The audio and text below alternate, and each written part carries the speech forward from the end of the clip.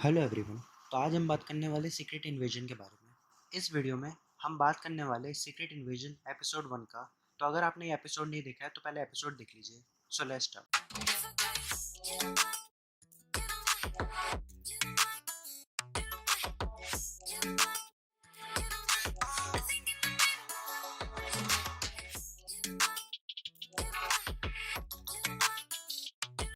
ये एपिसोड की स्टार्टिंग होती है प्रेजेंट डे में मॉस्को में।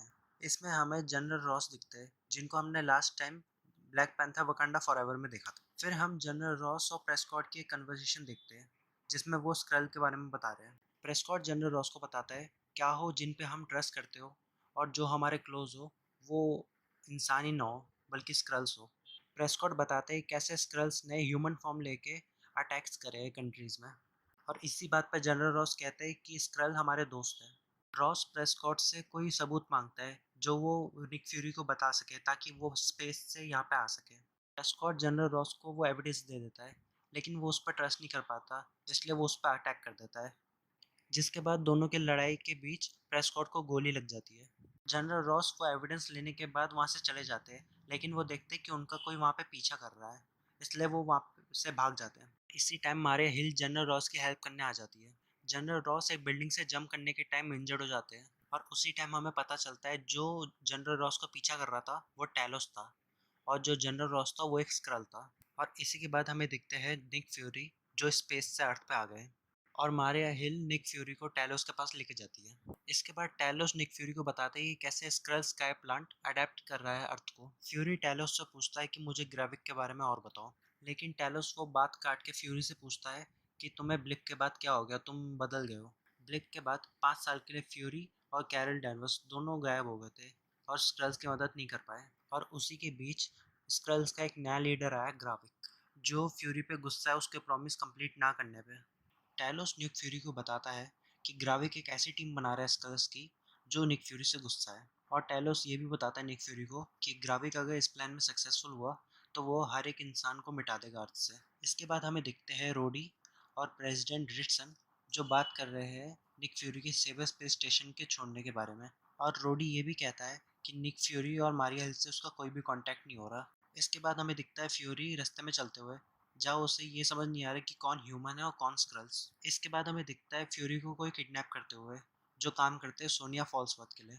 इसके बाद हमें निक फ्यूरी और सोनिया फॉल्सवर्थ की कन्वर्सेशन दिखाई जाती है। सोनिया कहती है निक फ्यूरी से कि वो इस प्रॉब्लम से दूर रहे क्योंकि अब वो पहले जैसा निक फ्यूरी नहीं रहा। और इसी कन्वर्सेशन के बीच फ्यूरी एक सीक्रेट कैमरा लगा देता है। इसके बाद हमें एक सीन दिखाया जाता है साउथ वेस्ट ऑफ मॉस्को का जहाँ एक स्क्रल बीटो नाम का स्क्रलोस में रहने आया है और उसका वेलकम करने वहाँ पे एमिलिया क्राक यानी गाया आती है। स्क्रलोस एक ऐसी जगह है जहाँ पे स्क्रल्स ग्रेविक के साथ रहते हैं। इसके बाद हमें गाया एक रूम में जाते हुए दिखती है जहाँ पे स्क्रल्स ह्यूमन फॉर्म लेके ह्यूमंस का माइंड रीड कर रहे होते हैं। इसके बाद हमें निक फ्यूरी, टैलोस और मारिया हिल सोनिया फॉल्सवर्थ की कन्वर्सेशन सुनते हुए दिख रहे हैं जहाँ पे वो बता रही है स्क्रल्स का नया मिशन। उसके बाद हमें गाया दिखती है एक बुक रीड करते हुए जिसका नाम है अंडरस्टैंड द ह्यूमन माइंड। फिर वहाँ हमें ग्राविक और पैगॉन की एक कन्वर्सेशन दिखाई देती है जिसमें वो लोग निक फ्यूरी के बारे में डिस्कस कर रहे हैं। जिसके बाद पैगॉन गाया को एक टास्क देता है कि उसको वो 2 बैग लाने हैं मॉस्को सेफ हाउस में पॉप रिश्चिन से। जब गाया वो बैग लेने जा रही होती है तभी उसको ट्रैक करते हुए टैलोस, निक फ्यूरी और मारिया हिल भी वहाँ पे पहुँचते हैं। और इसी के बीच टैलोस और निक फ्यूरी की बात होती है जहाँ टैलोस अपनी एज बताता है ह्यूमन एज के हिसाब से, जहाँ वो 40 साल का भी नहीं है अभी। और टैलोस फ्यूरी से पूछता है कि उसने 40 साल में क्या अचीव करा, जिस पे निक फ्यूरी बोलता है अवेंजर्स। इसके बाद टैलोस और पॉप क्रिश्चियन के बीच एक फाइट दिखती है जिसमें पॉप क्रिश्चियन को गोली लग जाती है। जिसके बाद हमें पता चलता है कि पॉप क्रिश्चियन भी एक स्क्रल है जिसने गाया को 2 बैग्स में बॉम्ब दिए थे। और इसी के बीच मारिया हिल गाया का पीछा करती है जहाँ उनके बीच में फाइट होती है। उसके बाद गाया वहाँ से भागने वाली होती है कि उसके पीछे टैलोस आ जाता है जहाँ टैलोस को पता चलता है कि गाया भी ग्राविक के साथ मिली हुई है।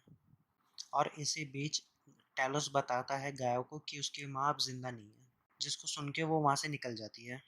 इसके बाद हमें मारिया हिल और निक फ्यूरी दिखते हैं जो बात कर रहे हैं कि निक फ्यूरी अर्थ पे क्यों आया। मारिया हिल निक फ्यूरी से पूछती है क्या वो टैलोस के लिए आया, स्क्रल्स के लिए आया या फिर किसी और के लिए।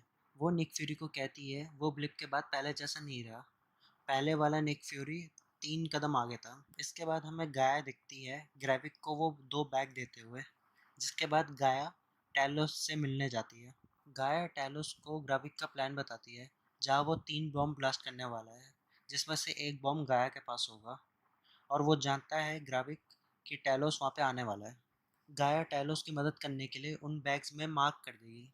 इसके बाद हमें फ्यूरी, मारिया हिल और टेलोस उन बैग्स का चेस करते हुए दिखते हैं, जिसके बाद फ्यूरी को पता चलता है कि स्टार्टिंग से जब से वो अर्थ पे आया है तब से ग्राविक उसका पीछा कर रहा है ह्यूमन फॉर्म लेकर।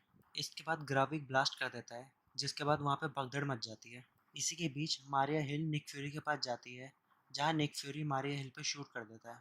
जिसके बाद हमें पता चलता है ग्राविक निक फ्यूरी का फॉर्म लेकर आया था और मारिया हिल की डेथ के साथ ही एपिसोड खत्म हो जाता है। एपिसोड 1 में इतने सारे इवेंट टेक प्लेस करें कि आने वाले एपिसोड्स के लिए और ज़्यादा एक्साइटमेंट बढ़ गई है।